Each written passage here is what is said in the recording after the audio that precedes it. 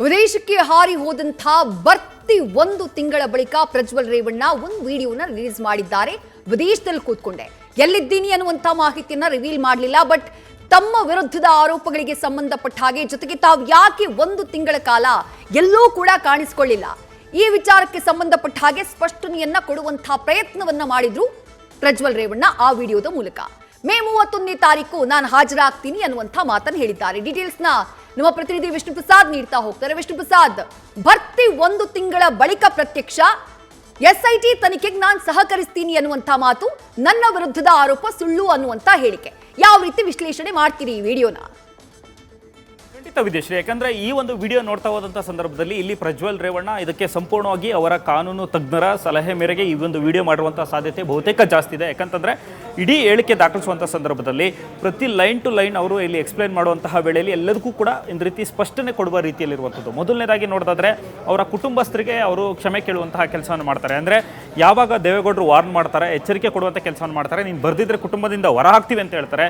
ಈ ವೇಳೆಯಲ್ಲಿ ಒಂದು ಕಡೆ, ಇನ್ನೊಂದು ಕಡೆ ಕುಮಾರಸ್ವಾಮಿ ಅವರ ಮನವಿಗೂ ಕೂಡ ಅಲ್ಲಿ ಸ್ಪಷ್ಟನೆ ಕೊಡುವ ರೀತಿಯಲ್ಲಿ ಮತ್ತು ಅವರ ಕಾರ್ಯಕರ್ತರಿಗೆ ಉತ್ತರ ಕೊಡುವಂತಹ ರೀತಿಯಲ್ಲಿ ಮೊದಲನೇದಾಗಿ ಕ್ಷಮೆ ಕೇಳುವಂತಹ ಮೂಲಕ ತನ್ನ ಮೇಲೆ ಆಗಿರುವಂತಹ ಡ್ಯಾಮೇಜ್ ಏನಿದೆ, ತನ್ನ ಮೇಲೆ ಬಂದಿರುವಂತಹ ಆರೋಪ ಏನಿದೆ, ಇದಕ್ಕೆ ಸಿಂಪತಿ ಗಿಟ್ಸ್ಕೊಳ್ಳುವಂತಹ ಕೆಲಸವನ್ನು ಇಲ್ಲಿ ಪ್ರಜ್ವಲ್ ಮಾಡಿರುವಂಥದ್ದು ಮೊದಲನೇ ಪಾಯಿಂಟಲ್ಲಿ ಗೊತ್ತಾಗುವಂಥದ್ದು. ಎರಡನೇದಾಗಿ ಇನ್ನೊಂದು ಮೇನ್ ಕ್ಲಾರಿಟಿ, ಇದು ಕಾನೂನಾತ್ಮಕವಾಗಿ ಬರುವಂಥದ್ದು ಏನಂತಂದರೆ ಇಲ್ಲಿ ಎಸ್ಕೇಪ್ ವಿಚಾರ ಬರ್ತಾ ಇತ್ತು. ಪ್ರಜ್ವಲ್ ರೇವಣ್ಣ ಏನು ಕೇಸ್ ದಾಖಲಾದ ತಕ್ಷಣ ಎಸ್ಕೇಪ್ ಆಗಿದ್ದಾರೆ, ಕೇಸ್ ದಾಖಲಾಗುತ್ತೆ ಅಂತ ಗೊತ್ತಾದ ತಕ್ಷಣ ಎಸ್ಕೇಪ್ ಆಗಿದ್ದಾರೆ ಅನ್ನೋ ಪಾಯಿಂಟ್ ಅಂತ ಬರ್ತದೆ.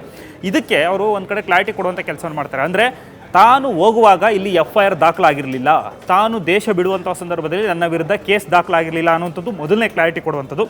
ಆ ಕ್ಲಾರಿಟಿಯಲ್ಲಿ ಸ್ಪಷ್ಟವಾಗಿ ಹೇಳ್ತಾರೆ, ತಾನು ಹೋದ್ಮೇಲೆ FIR ಆಗಿರುವಂಥದ್ದು ನನಗೆ ಗೊತ್ತಿರಲಿಲ್ಲ, ನಾನು ಹೋಗೋದಕ್ಕೆ ಪ್ರೀ ಪ್ಲ್ಯಾನ್ ಆಗಿತ್ತು, ನಾನು ವಿದೇಶಕ್ಕೆ ಹೋಗುವಂಥದ್ದು ಆಲ್ರೆಡಿ ಫಿಕ್ಸ್ ಆಗಿರುವಂತಹ ಕಾರ್ಯಕ್ರಮ ಅನ್ನೋ ಪಾಯಿಂಟನ್ನು ಅವರು ಉಲ್ಲೇಖವನ್ನು ಮಾಡ್ತಾರೆ. ಅಂದರೆ ಇದು ಕೋರ್ಟ್ಗೂ ಕೂಡ ನೆಕ್ಸ್ಟ್ ವಿಚಾರಣೆ ಬರುವಂಥ ಸಂದರ್ಭದಲ್ಲಿ ಈಗಾಗಲೇ ಅವರ ಪರ ವಕೀಲರು ಜಾಮೀನು ಅರ್ಜಿ ವಿಚಾರಕ್ಕೆ ಸಂಬಂಧಪಟ್ಟಂತೆ ಬರುವಂತಹ ವೇಳೆಯಲ್ಲಿ ರೇವಣ್ಣ ಜೊತೆ ವಾದ ಮಾಡುವಂಥ ಸಂದರ್ಭದಲ್ಲಿ ಈ ಪಾಯಿಂಟನ್ನು ಉಲ್ಲೇಖವನ್ನು ಮಾಡಿದರು. ಅಂದರೆ ಇಲ್ಲಿ ಪ್ರಜ್ವಲ್ ರೇವಣ್ಣ ಎಸ್ಕೇಪ್ ಆಗಿದ್ದಾರೆ, ಇಷ್ಟು ಜನಕ್ಕೆ ಸಂತ್ರಸ್ತರಿಗೆ ಕಿರುಕುಳ ಕೊಟ್ಟು ಅನ್ನೋ ಪಾಯಿಂಟ್ ಏನಿತ್ತು ಅದಕ್ಕೆ ಕ್ಲಾರಿಟಿ ಕೊಡುವಂಥ ಕೆಲಸವನ್ನು ಮಾಡ್ತಾರೆ. ಅಂದರೆ ಇದು ಎಸ್ಕೇಪ್ ಅಲ್ಲ, ನಾನು ಪ್ರೀ ಪ್ಲ್ಯಾನ್ ಆಗಿ ನಾನು ಹೋಗಿದ್ದೆ, ಆದರೆ ಅದಾದ ಬಳಿಕ FIR ದಾಖಲಾಯಿತು ಅಂತೇಳಿ ಮೊದಲನೇ ಕ್ಲಾರಿಟಿ ಕೊಡ್ತಾರೆ. ಇದು ಕಾನೂನಾತ್ಮಕವಾಗಿ ಅವರ ಅಡ್ವೊಕೇಟ್ ಹೇಳ್ಕೊಟ್ಟಿರುವಂತಹ ಸಾಧ್ಯತೆಗಳು ಜಾಸ್ತಿ ಇರುವಂಥದ್ದು.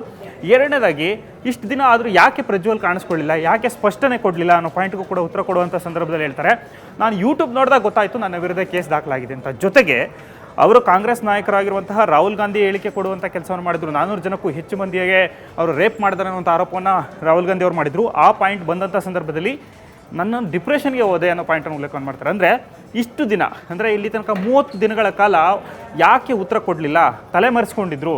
ಅಂದರೆ ಅವರ ಪರ ವಕೀಲರು ಕೂಡ ಕೋರ್ಟ್ನಲ್ಲಿ ಈ ವಿಚಾರವನ್ನು ಇಟ್ಕೊಳ್ಬೋದು, ಮತ್ತು SIT ಕೂಡ ಇದನ್ನು ಸ್ಟ್ಯಾಂಡ್ ತೆಗೆದುಕೊಳ್ಳುತ್ತೆ. 30 ದಿನಗಳ ಕಾಲ ತನಿಖೆಗೆ ಸಹಕರಿಸದೆ ಈ ವ್ಯಕ್ತಿ ಎಸ್ಕೇಪ್ ಆಗಿದ್ದಾನು ಉತ್ತರ ಕೊಡ್ತಾರಲ್ಲ, ಅದಕ್ಕೆ ಕ್ಲಾರಿಟಿ ಕೊಡುವಂಥ ಕೆಲಸವನ್ನು ಇಲ್ಲಿ ಮಾಡ್ತಾರೆ. ಅಂದರೆ ಈ ಘಟನೆ ಆದಂತಹ ಬಳಿಕ ನಾನು ಡಿಪ್ರೆಷನ್ಗೆ ಹೋಗಿದ್ದೆ, ನಾನು ಟ್ರೀಟ್ಮೆಂಟ್ ಪಡೆದುಕೊಳ್ಳುವಂಥ ಕೆಲಸವನ್ನು ಮಾಡಿದೆ, ನಾನು ಒಂಟಿಯಾಗಿರೋದಕ್ಕೆ ಬಯಸಿದೆ, ಹೀಗಾಗಿ ನನಗೆ ಉತ್ತರ ಕೊಡೋದಕ್ಕೆ ಆಗಿರಲಿಲ್ಲ ಈ ಒಂದು ಘಟನೆಯಿಂದ ಅಂತ ಹೇಳುವಂಥದ್ದು. ಜೊತೆಗೆ ಇನ್ನೊಂದು ಪಾಯಿಂಟನ್ನು ಉಲ್ಲೇಖವನ್ನು ಮಾಡ್ತಾರೆ.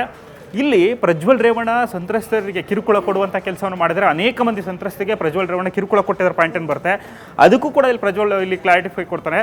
ಏನಂತಂದರೆ, ನಾನು ಈ ಪ್ರಕರಣದಲ್ಲಿ ನನ್ನ ವಿರುದ್ಧ ದಾಖಲಾಗಿರೋದೇ ಸುಳ್ಳು ಪ್ರಕರಣ ಅಂತೇಳಿ. ಅಂದರೆ ಸಗಟಾಗಿ ತನ್ನ ವಿರುದ್ಧ ಈಗೇನು ದಾಖಲಾಗಿರೋ FIRಗಳೇನಿದೆ, ಅವ್ರ ಮೇಲೆ ಬಂದಿರೋ ಆರೋಪ ಏನಿದೆ, ಇದಕ್ಕೆ ಅವ್ರು ಕ್ಲಾರಿಟಿ ಕೊಡೋದೇನಂತಂದರೆ ಈ ಕೇಸಲ್ಲಿ ನಾನಿಲ್ಲ ಅನ್ನುವಂಥದ್ದನ್ನು ಪರೋಕ್ಷವಾಗಿ ಪ್ರಜ್ವಲ್ ರೇವಣ್ಣ ಇಲ್ಲಿ ಸ್ಪಷ್ಟಪಡಿಸುವಂಥ ಕೆಲಸವನ್ನು ಮಾಡೋಕ್ಕೆ ಮುಂದಾಗ್ತಿರೋದು. ಅಂದರೆ ಈ ವಿಡಿಯೋದಲ್ಲಿರೋದು ನಾನಲ್ಲ ಅನ್ನೋದನ್ನು ಇಂಡೈರೆಕ್ಟಾಗಿ ಇಲ್ಲಿ ಅವರು ಇನ್ನು ಕ್ಲಾರಿಫೈ ಮಾಡುವಂಥ ಕೆಲಸವನ್ನು ಪ್ರಜ್ವಲ್ ಮಾಡ್ತಿರುವಂಥ ಸಾಧ್ಯತೆಗಳು ಬಹುತೇಕ ಜಾಸ್ತಿ ಇದೆ. ಜೊತೆಗೆ ಈ ಪಾಯಿಂಟಲ್ಲಿ ಅವರು ಸ್ಪಷ್ಟನೆ ಕೊಡುವಂಥ ಸಂದರ್ಭದಲ್ಲಿ ಏನಂದರೆ ಸುಳ್ಳು ಕೇಸನ್ನು ದಾಖಲಿಸಿದ್ದಾರೆ, ಷಡ್ಯಂತ್ರ ಮಾಡಿದ್ದಾರೆ, ಪಿತೂರಿ ಮಾಡಿದ್ದಾರೆ, ಇಲ್ಲಿ ಪ್ರೀ ಪ್ಲ್ಯಾನ್ ಮಾಡಿ ನನ್ನನ್ನು ಇಲ್ಲಿ ಸಿಕ್ಕಾಕ್ಸುವಂತಹ ಕೆಲಸವನ್ನು ಮಾಡಿದ್ದಾರೆ ಅನ್ನೋ ಪಾಯಿಂಟ್ ಏನಿದೆ, ಇದನ್ನು ಪ್ರೆಸ್ ಮಾಡುವಂತಹ ಕೆಲಸವನ್ನು ಇಲ್ಲಿ ಪ್ರಜ್ವಲ್ ರೇವಣ್ಣ ಮಾಡಿರುವಂಥದ್ದು ಇನ್ನೊಂದು ಕ್ಲಾರಿಟಿ ಸಿಗುವಂಥದ್ದು.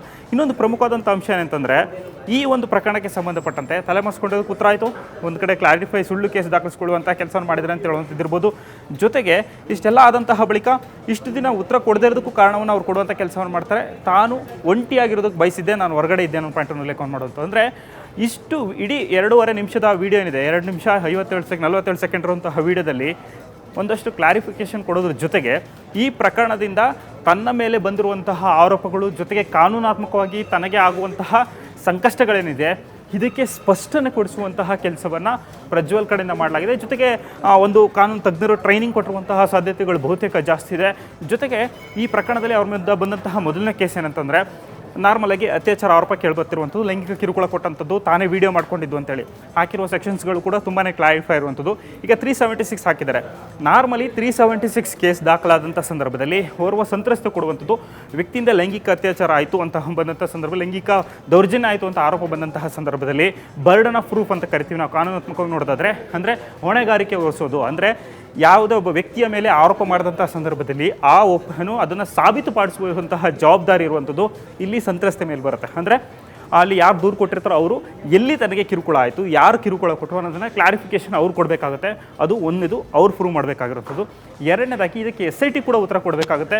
ಇನ್ವೆಸ್ಟಿಗೇಷನ್ ನಡೆಸುವಂಥ ಸಂದರ್ಭದಲ್ಲಿ ಇದೇ ವ್ಯಕ್ತಿಯಿಂದ ದೌರ್ಜನ್ಯ ಆಯಿತು, ಇಂಥ ಜಾಗದಲ್ಲೇ ಆಯಿತು, ಇದಕ್ಕೆ ಬೇಕಾಗಿರುವಂತಹ ಸಾಕ್ಷ್ಯಾಧಾರಗಳು ಏನೆಲ್ಲ ಇದೆ ಅಂತೇಳಿ ಪ್ರೂವ್ ಮಾಡಬೇಕಾಗಿರುವಂಥದ್ದು. ಅಂದರೆ ಬರ್ಡನ್ ಆಫ್ ಪ್ರೂಫು ಇಲ್ಲಿ SIT ಮೇಲಿರೋದ್ರಿಂದ ಇಲ್ಲಿ ಬಂದಂಥ ಸಂದರ್ಭದಲ್ಲಿ ಪ್ರಜ್ವಲ್ ರೇವಣ್ಣ ಇವತ್ತಿನ ವಿಡಿಯೋ ನೋಡ್ತಾ ಹೋದಂಥ ಸಂದರ್ಭದಲ್ಲಿ ಒಂದು ಕ್ಲಾರಿಫಿಕೇಷನ್ ಸಿಗೋದೇನಂತಂದರೆ, ಈ ವಿಡಿಯೋದಲ್ಲಿ ಇರೋದು ನಾನಲ್ಲ, ಇದು ತನ್ನ ವಿರುದ್ಧ ಮಾಡುವಂತಹ ಷಡ್ಯಂತ್ರ, ಇದು ಪ್ರೀ ಪ್ಲಾನ್ ಮಾಡಿ ದಾಖಲಿಸಿರುವಂತಹ ಪ್ರಕರಣ, ರಾಜಕೀಯ ಪಿತೂರಿ. ಏನೀಗ ಆರೋಪಗಳೇನು ಮಾಡ್ತಾರೆ, ಇದೇ ಪಾಯಿಂಟನ್ನು ಸ್ಟ್ಯಾಂಡಾಗಿ ಇಟ್ಕೊಂಡು ಪ್ರಜ್ವಲ್ ರೇವಣ್ಣ ನೆಕ್ಸ್ಟು ಅವರು ಫೈಟ್ ಮಾಡೋದಂತಹ ಸಾಧ್ಯತೆಗಳಿರುವಂಥದ್ದು. ಮತ್ತು ನೋಡಿದ್ರೆ ಇಡೀ ವಿಡಿಯೋದಲ್ಲಿ ಅವರ ವಿರುದ್ಧ ಬಂದಿರುವಂತಹ ಆರೋಪಕ್ಕೆ ಸ್ಪಷ್ಟನೆ ಕೊಡುವಂತಹ ಕೆಲಸವನ್ನು ಮಾಡ್ತಾರೆ ವಿದ್ಯಾಶ್ರೀ.